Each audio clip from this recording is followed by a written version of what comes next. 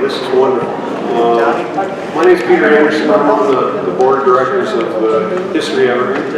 And I want to start out by saying, where's Hank? There he is.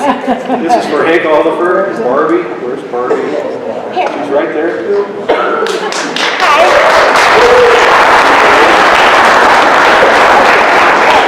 Here's Hank's son, Nathan, and significant other, Angela.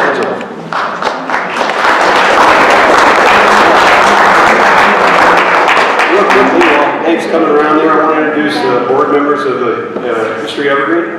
Greg Waltz. Linda Hayes. Wayne Hayes. Mike Goldbach. And Martha Hamilton. See her. She's supposed to come with Marcia Younger, so we'll have to wait and see for her. So this is hosted by the Evergreen, or History Evergreen, and we have some future plans that's going to eventually, hopefully, incorporate all of you. So stay tuned. There's a guest book in back. There are 4 exits. In case we have a fire alarm, please go out the exits. There's a bathroom in back. Everybody, please mute your cell phones. That's my old player's guide, I was saying. Please, there's cookies to eat in the back there. We'll get everybody back up into the classroom up there, and that'll be for afterwards, so we can talk. We have wonderful speakers, and it's amazing how Hank has shaped his community. It's just so amazing. I'm really pleased that we're doing this. So, without further ado, I'm going to turn this over to our MC, Jimmy Murphy.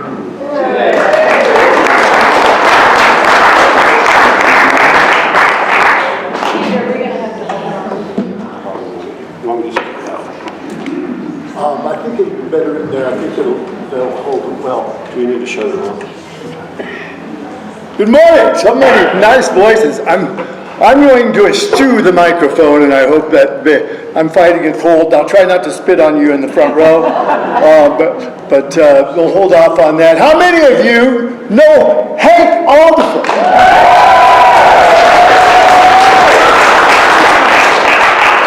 How many of you don't? Okay, you have come on a day when you are going to find out a lot about, I think all of us are probably going to learn more than we have known in the past about this man. I was so honored to be asked to be a part of this. And to start things off, I'm going to do a song that I'd like to say I wrote it, but it just kind of came one morning and wrote itself. I just wrote it down. And it's for you, Hank. I might need some help with it a little later on because my voice is a little thin, my brain is a little thinner. And so if I make some mistakes, as I'm sure you will know, bear with me.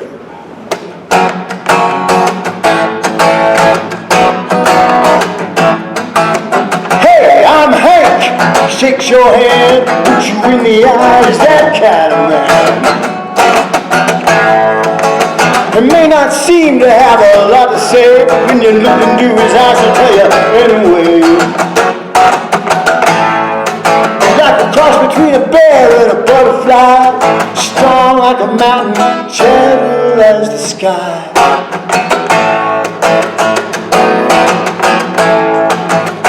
Thank you, Hank. We love you, man. You're the beating heart of the Evergreen clan.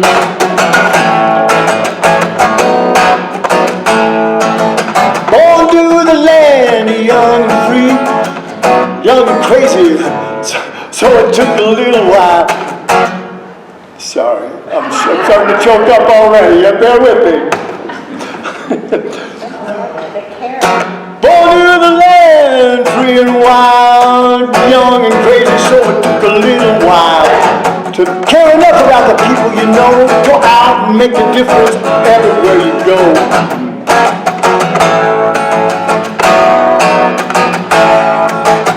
Thank you, Hank. I love you, brother. We'll see you down the road, one place or the other, streaming through the light of the aspen trees. Hear your voice in the birds and bees. Feel your spirit where ideas spark and the children playing in the park. Love you, Hank.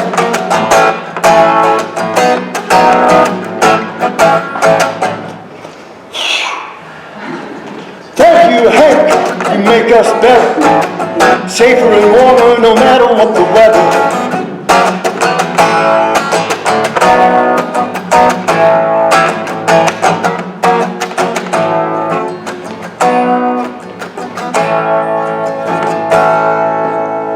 Okay, I've got to find the words.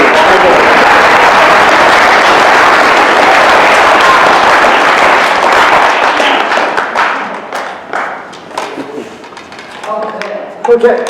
Oh, I'll need these too. Oh, don't move it. Oh, yeah.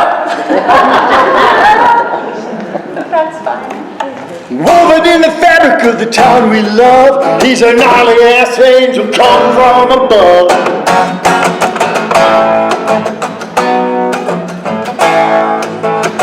Hi, I'm Hank. Shakes your hand, looks you in the eyes, that kind of man.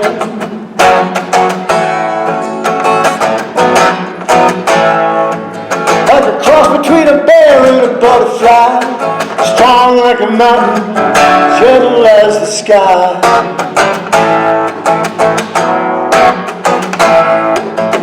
May not seem to have a lot to say. If you look him in the eyes, he'll tell you anyway. It's like looking in the eyes of a mountain lion. They'll melt your heart. You might start crying. I'm gonna need your help here. Thank you, Hank. Thank you, Hank. We love you, man. We love you, man. You're the beating heart of the Evergreen clan. You're the beating heart of the Evergreen clan. You got it. Here we go. 1, 2, 3, 4. Thank you, Hank. We love you, man. You're the beating heart of the Evergreen clan. Thank you, Hank. We love you, man. You're the beating heart of the Evergreen. One more. Thank you, Hank. We love you, man. You're the beating heart of the Evergreen clan.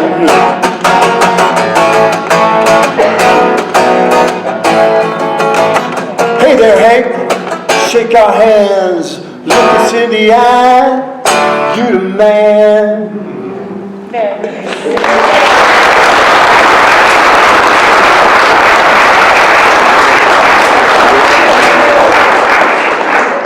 Thank you.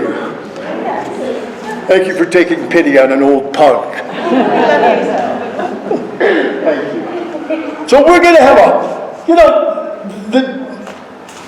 what this man means to this community is so deep and so broad, and we're not even going to scratch the surface of what it is, but we're going to try.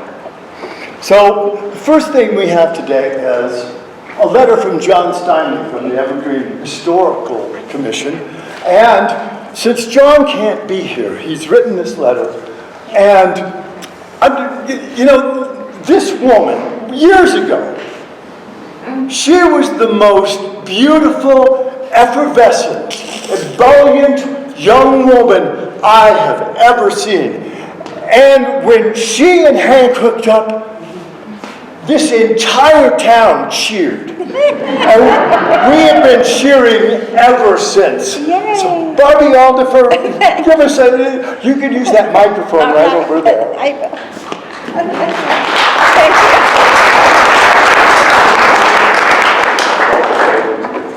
Okay, I'll go right into the mic. Testing, testing. My mom taught me beauty is as beauty does, because beauty fades, and isn't it true? But we're doing the beauty from the inside out these days, and that's wonderful. Good. All right. This came from, well, you know what, I'll use this. John Steinman is enjoying time at Manitoba Springs at a Victorian ball. That's with his sweetheart, so he let me read this.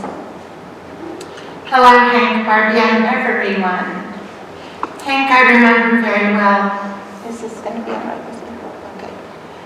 I remember very well when you asked to drive me up, to have me drive you up toward Shawnee on 285. We turned off on a side road, and soon we were in one of the most beautiful places I have ever seen in Colorado, the Hog Valley. You knew all about the early settlers in the valley and about the old silver mine there. You pointed out the high pass that goes over the mountain to Breckenridge that in the old days was known as Handcart Pass. We failed to find your friend who worked at the Shawnee Post Office, but it was one of the most memorable trips I've taken in Colorado. And on the side, John Stanley has done a lot of Colorado. Again, I followed you when you gave a tour of Bear Creek Cemetery. You not only knew the stories of everyone laid out in the boneyard, but you knew their cousins and their uncles and their aunts and their mother-in-laws. I was amazed that anyone could hold that much knowledge and be able to convey it in an understandable manner. When I applied for a job of administrator at Highland Homestead Museum, I had no idea what the museum was and barely knew where Evergreen was. More than 20 years later, I had the effrontery to write a book about Evergreen. It was you, Hank and Barbie, that taught me about Evergreen. You and Tom and Elaine and Peg Hayden, Walt Anderson, Peter and Peggy Eggers, Linda Kirkpatrick, Jean and Barbara Sternberg, sorry for this, Freddie Lincoln, John Ellis, Sue Ashbaugh, Melanie Knuckles, and many, many others. Then he had a little closing. Oh, I thought it'd probably make me cry. Here we go. Hank and Barbie, you taught me more than facts. You taught me that Evergreen is a true community with a soul of its own. You have done more than most to nourish that community, to cherish it, and to help it grow. When I am with you, I am not just learning about history, I am experiencing it and seeing it happen before me. Thanks for everything you have done for this community, and most of all, for your friendship. I love you too.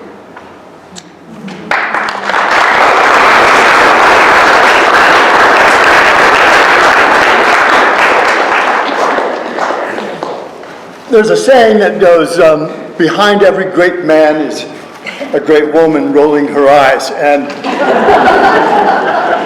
while Hank is undeniably a great man, I can't even imagine Barbie rolling her eyes. I never had to. No, you never had to, and with Hank, that's so true. If you need lessons, my wife can help you. But, you know, part of what we wanted to do with this day is also to make this about you. Your loving support of our friend, and just the great love that you have for each other. It's an inspiration to everybody here and everybody who knows you. So this day, so please, everybody, a big hand for Barbie.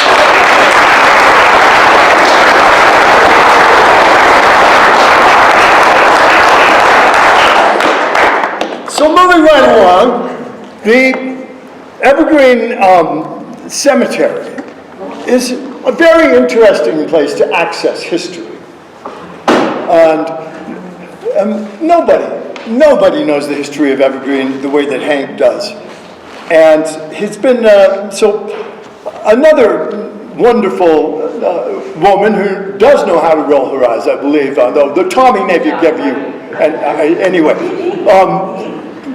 She has been on the board of the Bear Creek Cemetery and served as the president of the Evergreen Mountain Area Historical Society.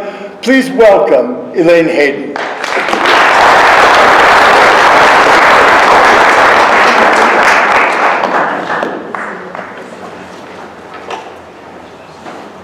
So many familiar faces. Can you hear me now? Can you hear me now?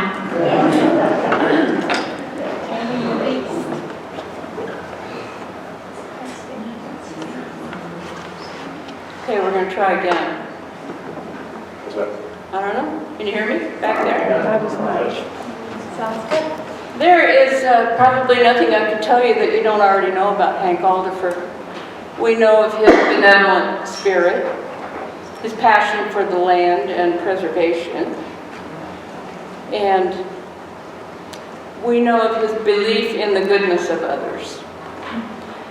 Hank has left footprints all over this community, and it has been over the years in my best interest. Oh, I got to be a little animated. It has been in my best interest over the years to find those footprints and to follow them.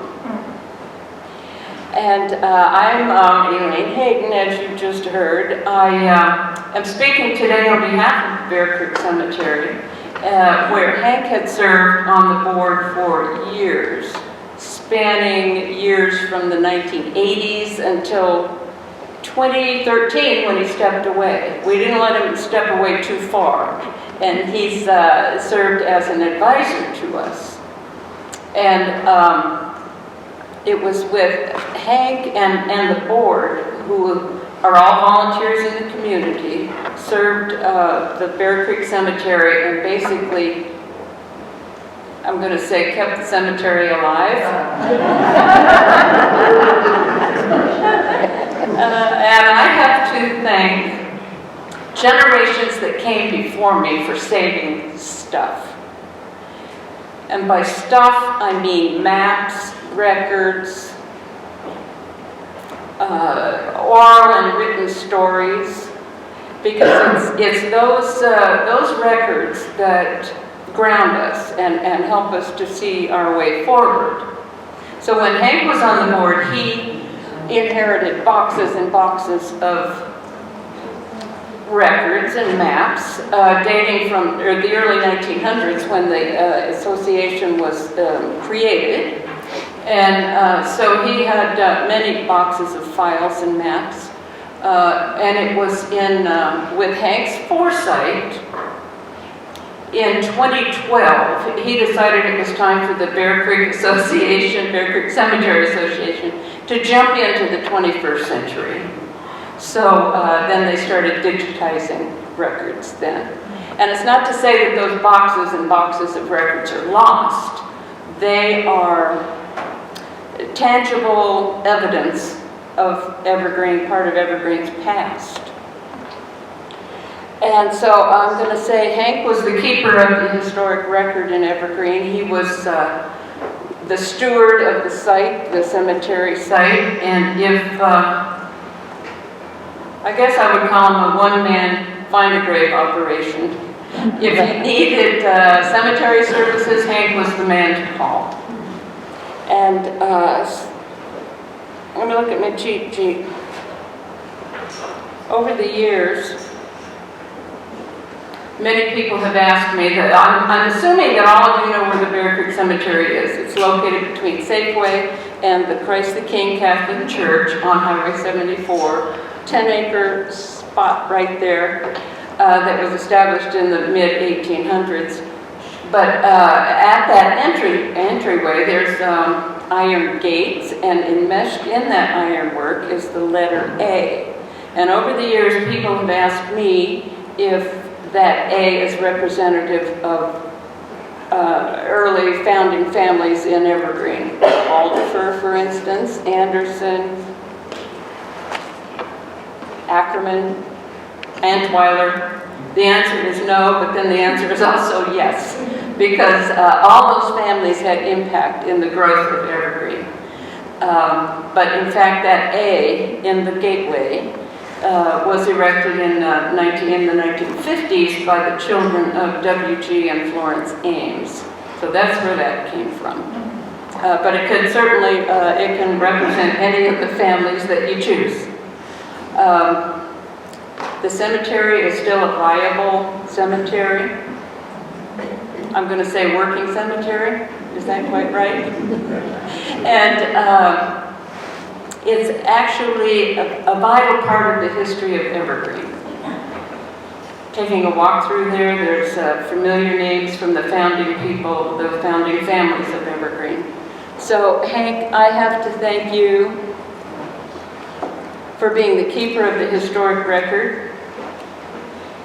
And thank you for your guidance and integrity over the years.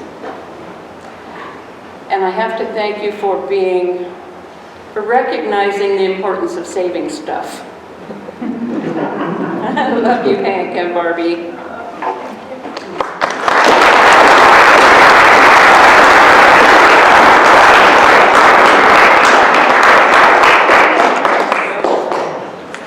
If you ever get a chance to go check out the cemetery, it is a wonderful place to get a sense of the history of this town. I love to see all those old names you mentioned and more. And thank you, Hank, for helping that survive. So the history of the past is there. The history often of the past and the present and sometimes the future is told to us by our local publications. We've been blessed with the Canyon Courier for a long time. Doug Bell was the editor of the paper from 2006 to 2019. And since retired, he was also worked at the Post and the News, and I want to make sure I get this right. I'm currently a board member of the Colorado chapter of the Society of Professional Journalists. And as you know, journalism is an endangered species, so we thank you for your service on there. And without further ado, Doug Bell.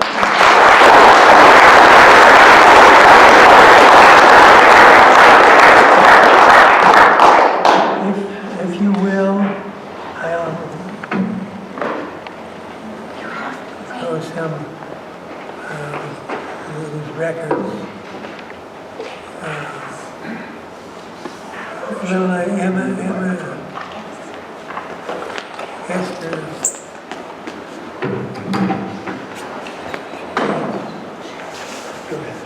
She was the first person in the cemetery. She was 2 years old, and she had many people who got her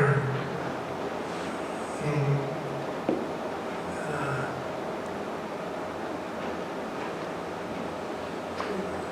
the records of little Emma Esther. She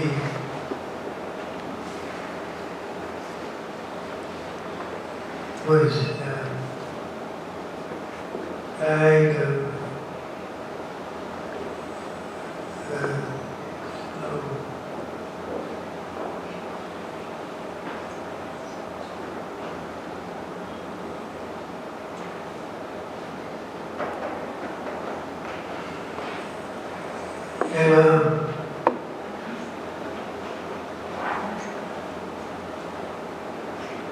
the virus was the anchor of several families. Thank you.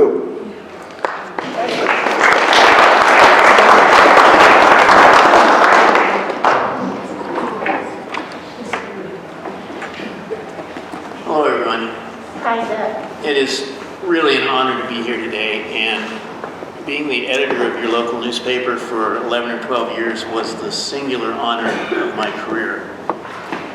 As you heard, I worked at some very big newspapers, And when I came to the Canyon Courier, I knew I was on certainly the back nine of my journalism career. Didn't think I would be around all that long, but they pretty much had to drag me out of here by my heels. Those 11 years were the best by far of my career. As many of you who are loyal readers of the Courier know, I was hiring reporters directly out of my classes at Metropolitan State University. And that required a lot of training, both from me and from a lot of you. But you'll be happy to know that many of those reporters have gone on to really big careers and are doing really well right now. So that was all a part of all of us here. So my connection to Hank. Very shortly after I took over the Courier, I'm not sure I remember, was it you, Hannah? Somebody suggested that, you know, Hank Alderfer should write a column. And so we got together and figured out that we'd have this column that ran every 2 weeks, and it would be called Yesteryear. And so Hank would write the column, Barbie would give it the first edit, and then she'd ship it off to me. 99, is that how many we actually ended up publishing? Is that right? I think that's the number. 95. 95, and we ended up putting them in a book later, which I'm sure many of you have in your bookshelves. But I have to say this, one of journalism's most favorite typos involved Hank and Barbie and myself. Does anybody remember? Oh, good. Well, Hank was writing a column one week about his youth, and apparently Hank had a pet duck.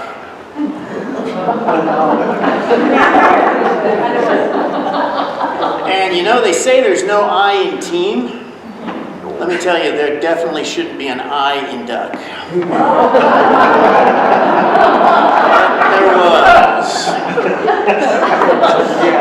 Somehow Barbie missed it, and I missed it, and Hank wrote it. Hank, you're not going to escape that.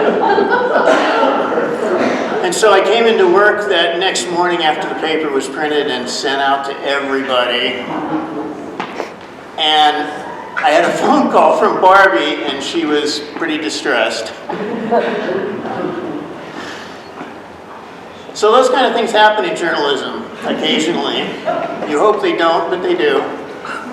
I wrote a column the following week talking about memorable typos from my career. So, yeah, anyway. One more story, and I'll let you go. Can you tell us what the mistake was? I already did.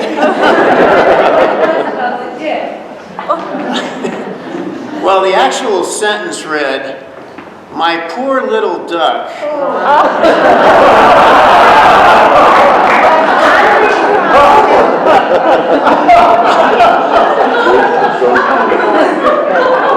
And if you don't think I took a lot of grief for that from my colleagues, yeah. On a more serious note, one of the things that happens pretty regularly at newspapers is they replace the publisher, and as you may remember, after Brad Bradbury left, we had a sort of a string of publishers, and one day I got a phone call from the office in Kentucky, and they said, "Hey, we got a new publisher coming in. He's coming out this weekend, and you got to be there to meet him and show him around." And I said, "Well, when's he getting here?" And they said, "Well, 1 o'clock on Sunday." And I'm thinking, what am I doing on Sunday? And then I thought, oh, my wife and I are supposed to have dinner with Hank and Barbie. So I had to tell my corporate boss, sorry, but I can't meet this guy. Because in Evergreen, when Hank and Barbie ask you to dinner, that's the most important thing happening.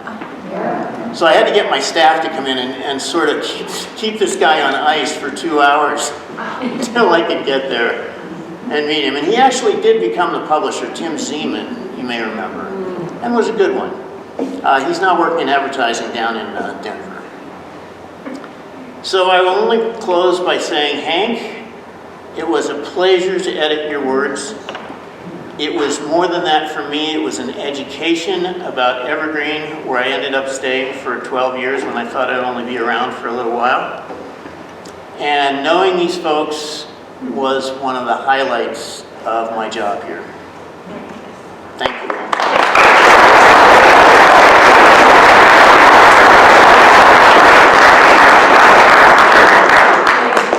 Thank you, Doug, and thank you for what you've given to our community. Much appreciated. Our next speaker also worked and wrote at the Courier at the same time that in some of the overlapping years when Hank was producing that work and hoped to put together those stories into the book Yesteryear. She's now the author of her own book called A Stellar Life, set in the fictional town of Spruce. Sound familiar?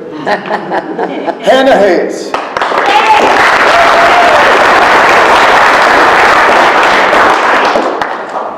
Well, we had a debate.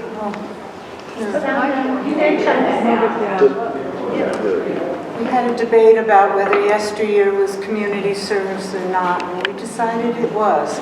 It's your history, and I don't know if you've had a chance to read the book. Can't hear me? No. Step right up there. Watch out. I'm going to repeat myself. Try it. Yesteryear is your history. It's the history of Evergreen. I need this louder, I guess. Okay, then I have to go here. Speak into it like you did at the rally, man.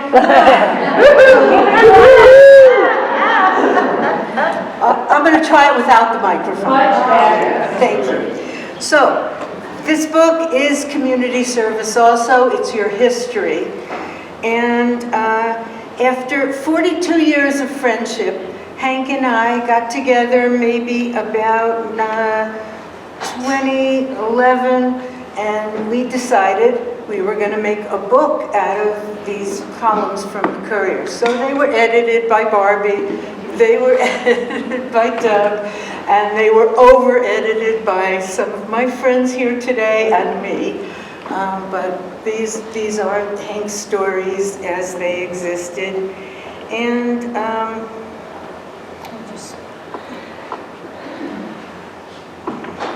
it was several years of collaboration with editors, photographers, historians, and friends, and we're still friends after doing that book.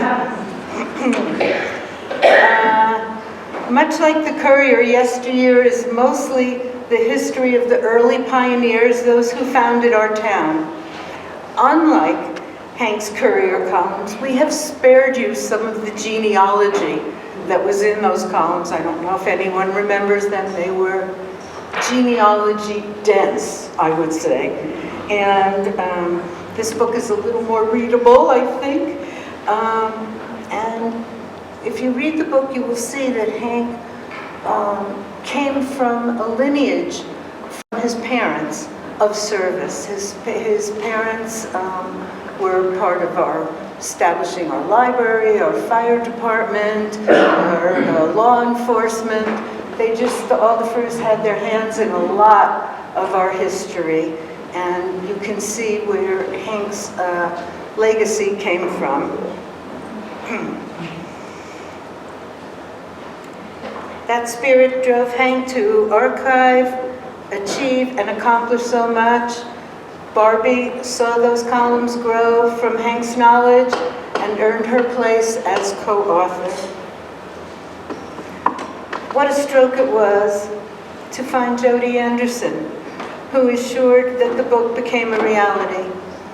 Hank's maps are not all in the book, a few of them are, and we really hope to he's done an amazing amount of mapping of our area, and we hope to get some more of those maps out. Read some from the book.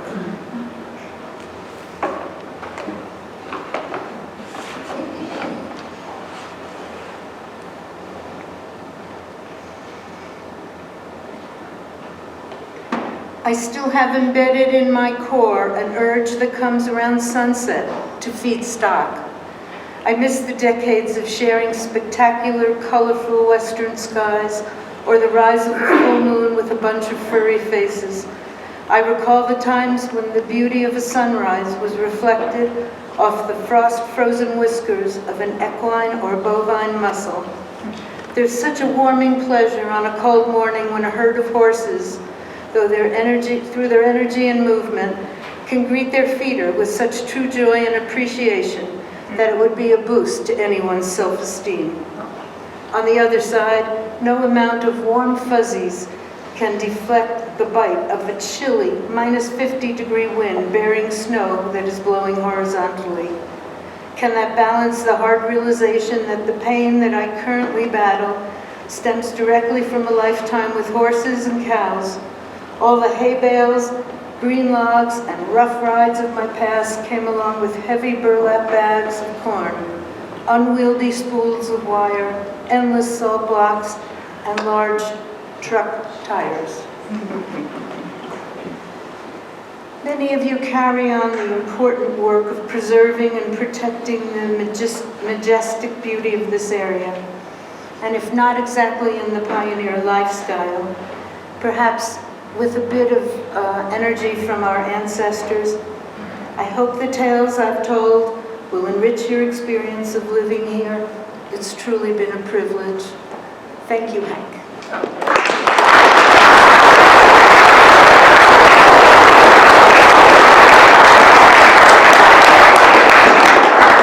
I believe there are copies of Yesteryear available today. In the back. In the back here. So if you don't have one, there's not that many left. And if you want one, today is the day. And it's well worth having one or two. One of the things that we've always bonded about is trying to preserve our mountain community that Levine.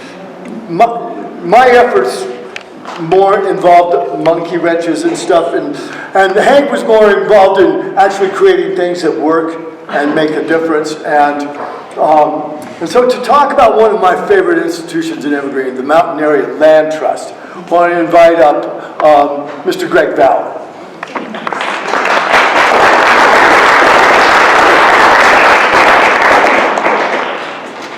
Thank you for having me. This is quite an honor. Can you hear me or not? It's on. Can you hear me now? No.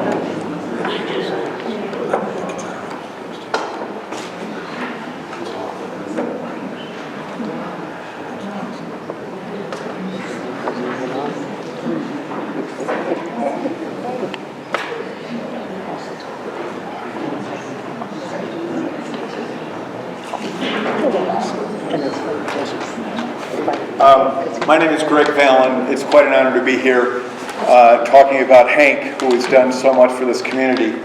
I was fortunate enough to serve on the board of the Mountain Area Land Trust for many years, starting back in about 1993. I served on the board and then became its president after Dan Pike left, and was on the board president for about 7 years. During that time, I was fortunate enough to meet Hank and to meet with Hank and to find out really what a wonderful person he is and how impactful he was on this community. What became obvious to me when I started to work with Hank was that Hank is a visionary. He saw things before other people did. And he knew how important it was to preserve Evergreen in this community. And he was,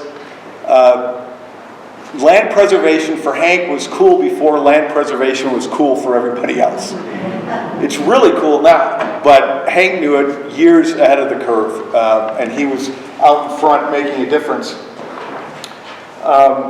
It's obvious that Hank loves Evergreen, and he knows everybody in Evergreen, and he knows this community perhaps more than anybody else. Dan Pike was the president of the Mountain Area Land Trust in its inception, and Dan told me a story about the first time he met Hank.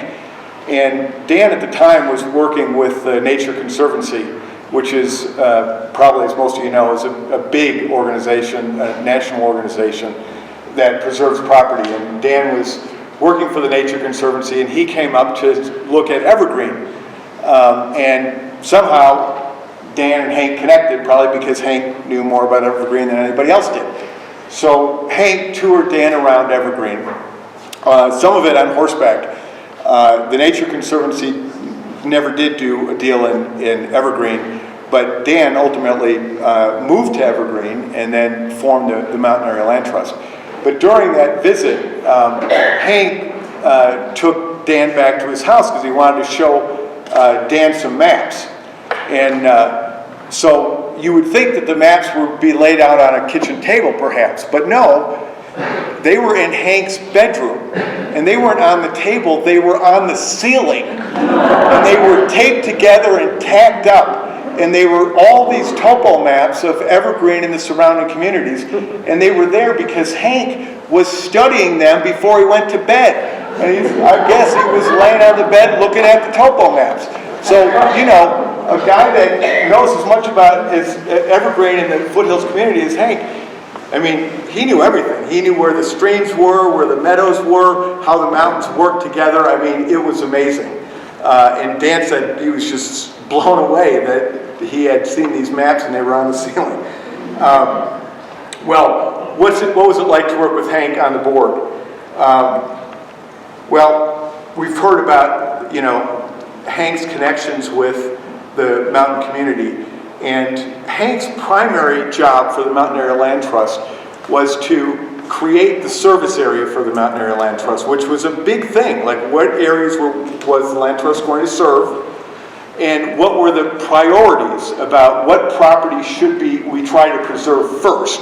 Because some properties, of course, are under development pressure, and some properties you can wait a little bit. So that was a critical role for the Land Trust, was to put together the service area and the priorities, and Hank was the #1 guy to do that. The other role that Hank had was to make introductions for the Land Trust when we started to talk to members of the community about preserving their property. And there's one thing about the Land Trust business, and the most critical word in the Land Trust business is trust. That's it. It's that simple, trust.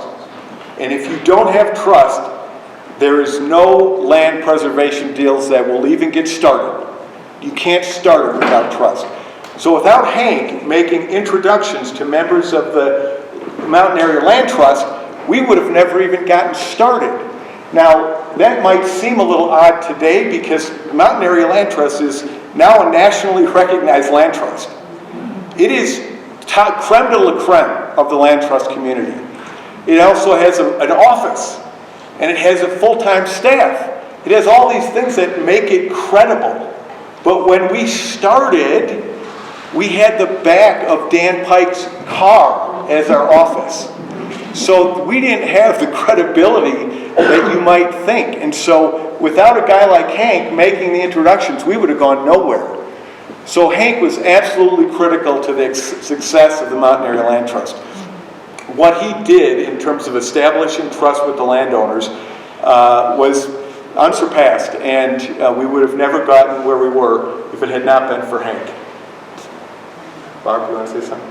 Yes, Hank got the Flying J, Hank got Norm Meyer to put Hank and Mike Strunk in an airplane, his little airplane, and on a Sunday morning he went flying over some of these big, beautiful properties that Hank said, I think these guys would like it, I think these guys. And Mike Strunk took aerial photographs of these people's properties. And then and then Norm Meyer says, could one of you gentlemen pull up on this lever so we can land?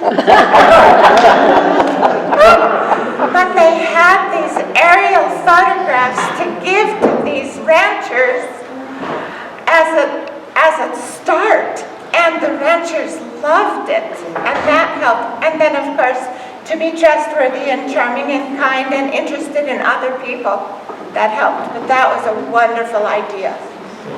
Yeah.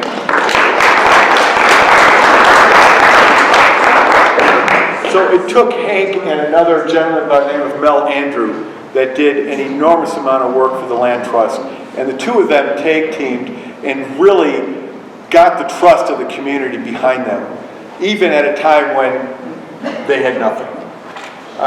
So the work that Hank did early on helped to create a legacy of land preservation in Evergreen and other neighboring foothills communities. And to date, MALT holds 99 conservation easements, has protected over 26,000 acres of land. Let me repeat that, 26,000 acres of land.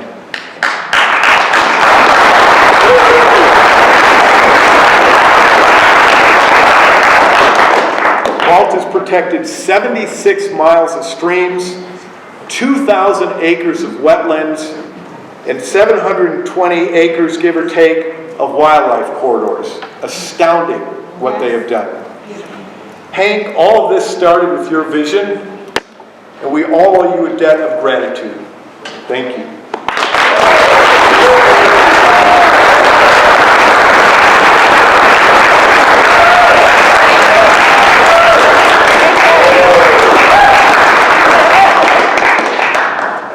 Yes, wonderful. Thank you, Greg, for your contributions and for what a wonderful organization. And very proud of what you all have done in our community. And thank you from all the Evergreen natives. Thank you. Bud Weir is a third-generation Jeffco resident, you've been native, who left here. For what reason, I don't know. But he says that he's been now coming home now for about 25 years with the help of Hank Alderfer. So we wanted Bud to come up and talk about the Evergreen Historical Society and Hank's part in that. So big hand for Bud Weir. Thank you.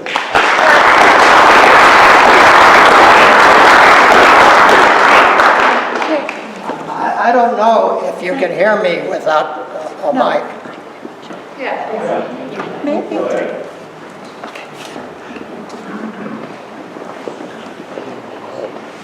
Pete, you could just take him the mic also. It's working. It's working. It's working now. Is it working? Okay. Yeah. Very nice. Thank you, Pete. Can you hear me? Yes.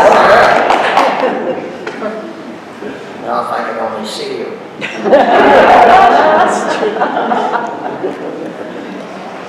You thought I was going to stand on this. Back up a little. Back up. Okay. But this stool is a sacred object. If you turn it over, it says, from Hankers.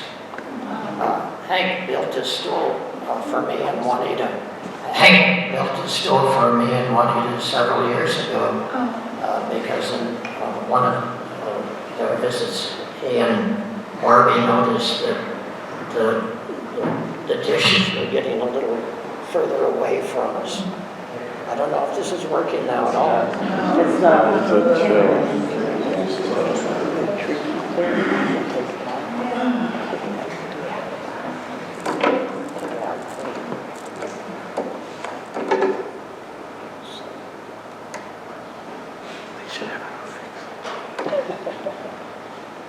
I think you're just going to have to yell. Anything? No.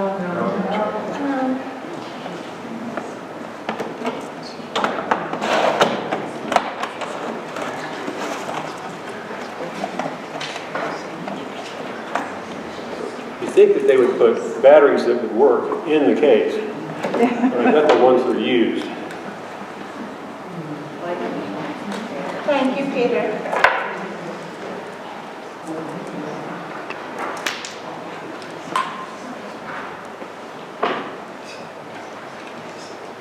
Musical interlude.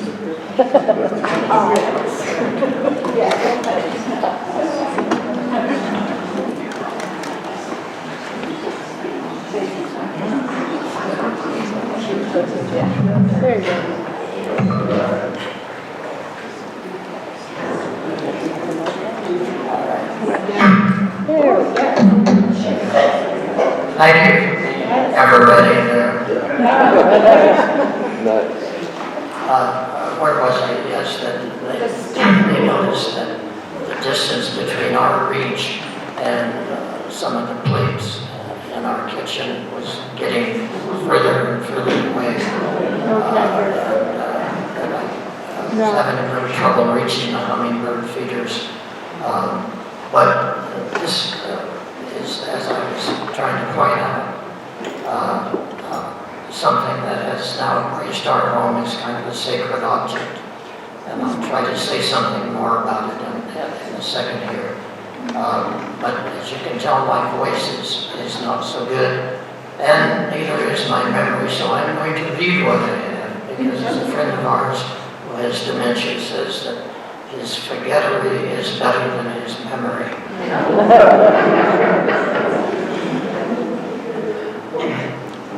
For most of our lives, Hank and I have been ships passing in a very long night. In 1947, the year of Hank's birth, I was in 3rd grade at the old Evergreen Consolidated School. Hank's older brother, Ed, we called him Eddie, was my schoolmate. My itinerant cowboy stepfather moved our family from ranch to ranch and school to school, and I don't remember meeting Hank until a lifetime later, when I returned to Colorado, to Evergreen, as a retired history professor. I immediately learned that Ed's little brother had become an institution. A portrait of Hank Alderfer resided in the Jefferson County Hall of Fame. His family name adorned the nature preserve. His resume ranged from master craftsman to community servant, and most conspicuously for me, to community historian. We bonded almost literally. For a while, I became his driver, 2 aging cowboy historians riding shoulder to shoulder in my old Subaru, tracking down the remaining few sources of oral history, adding to the Alderfer archive, and building a book. Getting to know Hank on these trips, some as far as Fort Collins, proved inspirational in my ongoing struggle to adapt, to go home again, as Thomas Wolfe put it, to a vastly changed Evergreen. It's with profound gratitude and deep respect that Juanita and I pay tribute to Hank for having served as a navigator in this sea of change, our guiding light to becoming active in near all of his chosen organizations. All of this has built lasting friendships, and dare we say, a place to stand. Finally, back to the literal footstool. The precious stool has never been out of sight in our home, never been in a closet or utility room, and never will be in a rummage set. It occupies a privileged place in our living room on proud display, rather like a touchable piece in a museum. Juanita and I have been the curators and interpreters, telling the inspiring Hank Alderfer story, whether requested or not, to dozens of visitors and out-of-town guests from California to Maine.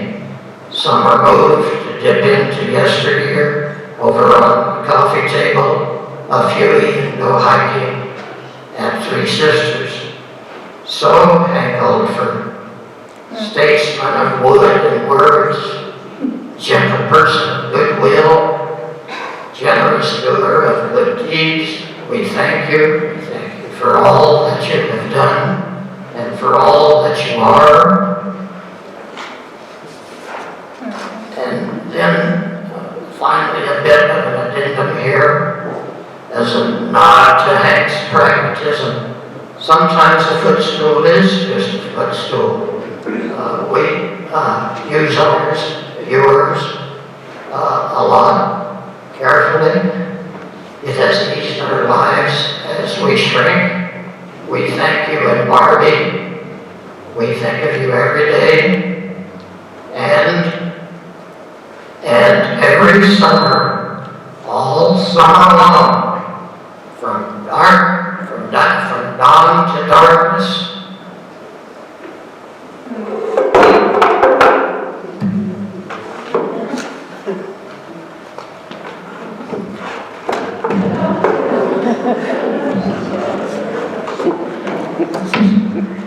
The hummingbirds, thank you.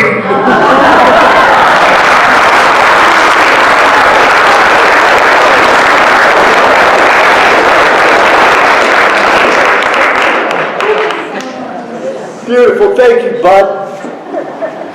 You know, one thing that strikes me about this day, if this would have happened 20, 25 years ago, you would have seen mostly men up here. And today we've had a wonderful collection of beautiful, powerful women. And this next woman I have known for an awfully long time. She has one of the most beautiful spirits. It's just such a joy to be around her, and her impact on the arts community in Evergreen is immense. She and her husband, Mike, and Ann Moore is going to talk to us a little bit about Hank's involvement with Center Stage and the arts.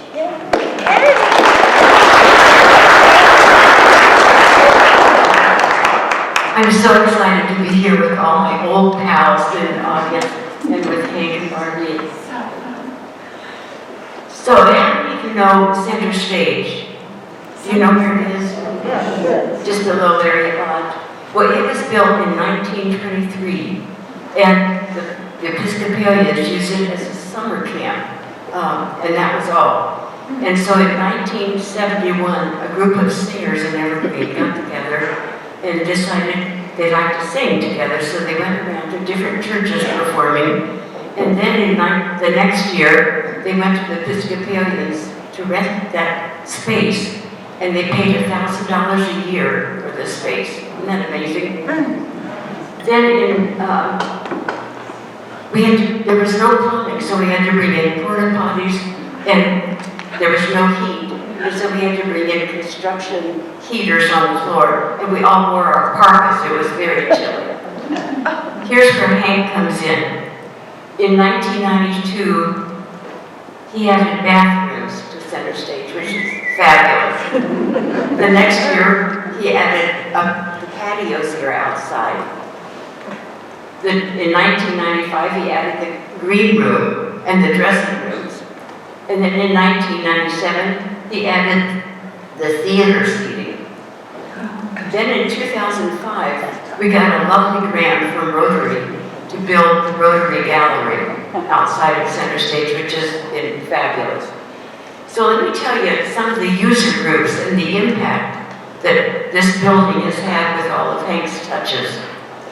The Children's Chorale, the Evergreen Players, the Mountain Youth Musicals, the Evergreen Jazz Fest, the Mountain Film Festival, Resilience 1220, the Evergreen Bike Club, the Evergreen Creative District, the Center for the Arts, Evergreen High School, and the Evergreen School of Music. So it's made an incredible difference in our community to be sort of a community hub for all of us. Thank you, Hank.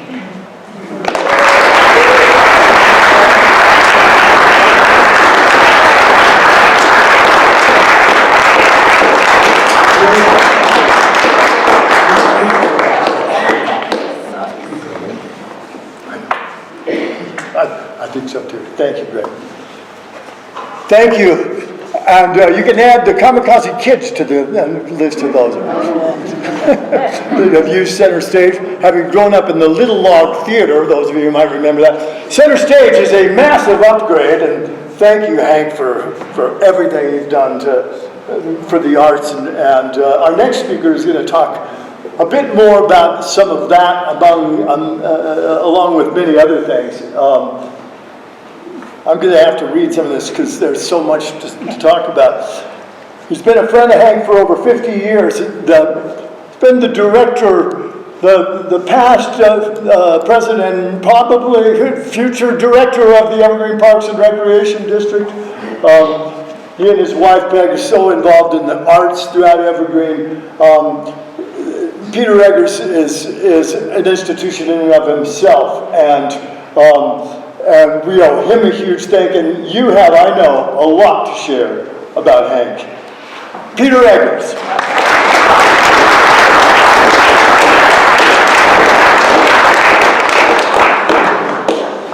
I think this guy was Dr. Without the mic? Yeah. All right, I'll try it. You know, I wanted to add to Greg's story about the map, the topo maps on the ceiling of the bedroom. This was above the garage at the ranch. We would drive Hank and Josh Timmons up to the top of Mount Evans, and they would walk down back to the ranch. And it was only because Hank had memorized all of the drainages that would bring him down to Alderfer Ranch. And it was done several times. And I never tried it. I had that bad knee. That was my excuse. But it was quite astounding that he would do it in a day. It was about 20 miles as the crow flies. So it was quite an undertaking. I thank Hank for calling me in the winter of 1992, asking me, or rather telling me in his own way, to run for the rec board. I ran for the rec board in May. We were building the lake house, he said, and no one else on the board knows construction. We need you. I ran, I was elected, and thus started my own story of community involvement, but that's another time. Today is about Hank. I love you, Hank. Hank is a man with vision, but also a man of the moment. His mind might be miles ahead, but if something needs to be done, he does it. If something needs to be fixed, he fixes it. So I'll tell you a story about the lake house and being in the moment. Hank, Dick Wolf, and I were standing out front of the lake house entry as the logs were being placed. Now, this was a building that was completely built in Montana, dismantled, and brought to Evergreen for reassembly. All of the details were predetermined. The front doors were detailed like the others, short double doors. But as we were standing there, Dick looks at Hank and me and says, "Don't you think the entry needs to be bigger? More grand?" We looked at each other and nodded yes. We consulted Tim, the builder, and in that moment, we changed the entry to what it is today. Under Hank's watch, the work of the rec board dramatically changed the trajectory of recreation in the community. He was president of the board when we worked with the newly formed Mountain Area Land Trust, of which he was a contributing member. I don't know if he was a founding member, but really close. To save Noble Meadow in 1994. This was a seminal moment for the people of Evergreen. At that moment, EPRD owned no real usable land, and now, thanks to MALT and the voters of Evergreen, we have 17 acres, which became the seed for Buchanan Park. We built ball fields the next year, and in 2002 built the recreation center. Hank and I were on the building committee also. By the time he was term limited, we had the lake house, Buchanan Rec Center, more land in Buchanan Park, multiple grass ball fields throughout the community, and the momentum we needed to finish the job. Thank you, Hank. I thank you, and the community thanks you.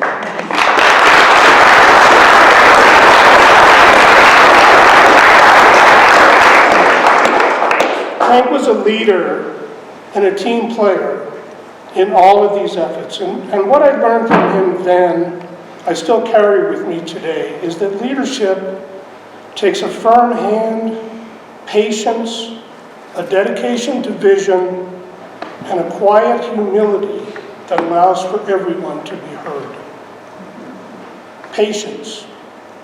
Did you know that the purchase of Noble Meadow was first on the table in 1991 and didn't close until 1994? That, quote unquote, a new warming house on the southwest corner of Evergreen Lake was first suggested by the Water District in 1982.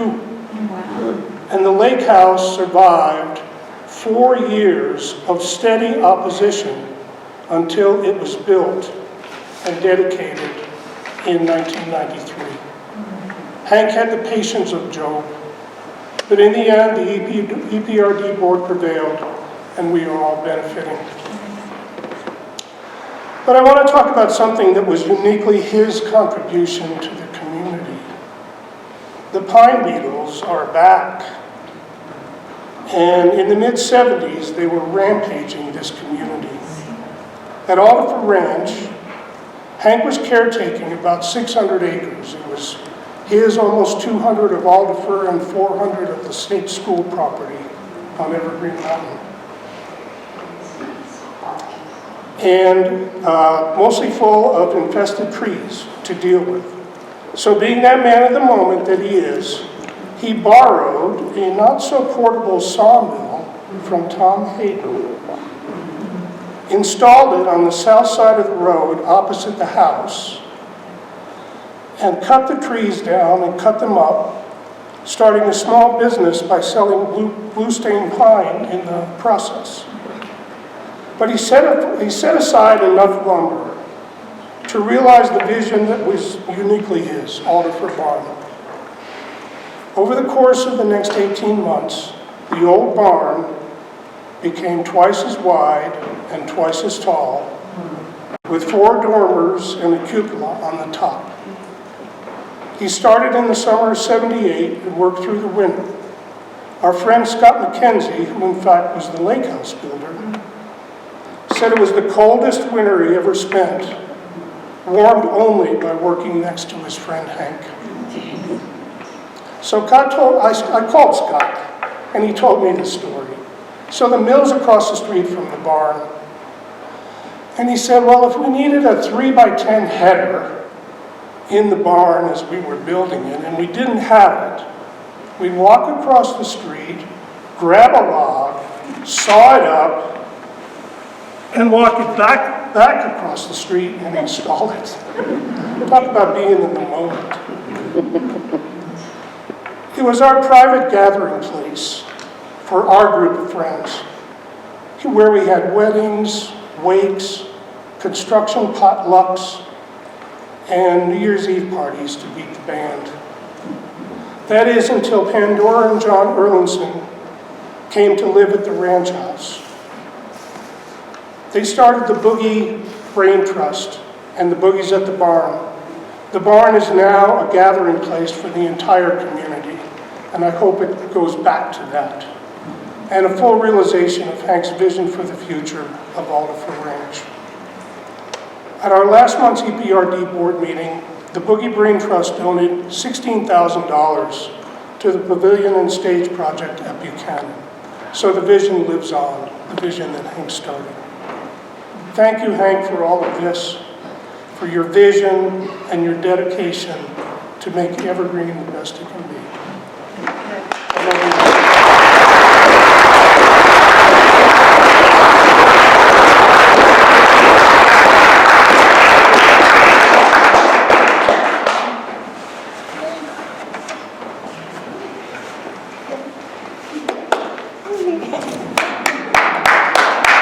Thank you, Peter. We've heard, like I said at the beginning, we're just scratching the surface. There are a lot of Hank stories here today. We want to give you all time to share them with each other. I wish we had time for everybody to get up and talk. But there are refreshments to be had. And the yonder room, and music to be played by Rex. And I'm sorry, I forget. Peter Nielsen, thank you, Peter. And all of you to share your stories. One of the things I think we've all wanted most out of this day is to celebrate Hank and Barbie and show them our love, but it's also to see all of us who love them together and share this time together. I want to thank all of you for being here and for being friend to my friends. Thank you to History Evergreen and for all that you do and will be doing in the future. Thank you. Thank you, all of you. And without further ado, one more big hand for Hank and Barbie.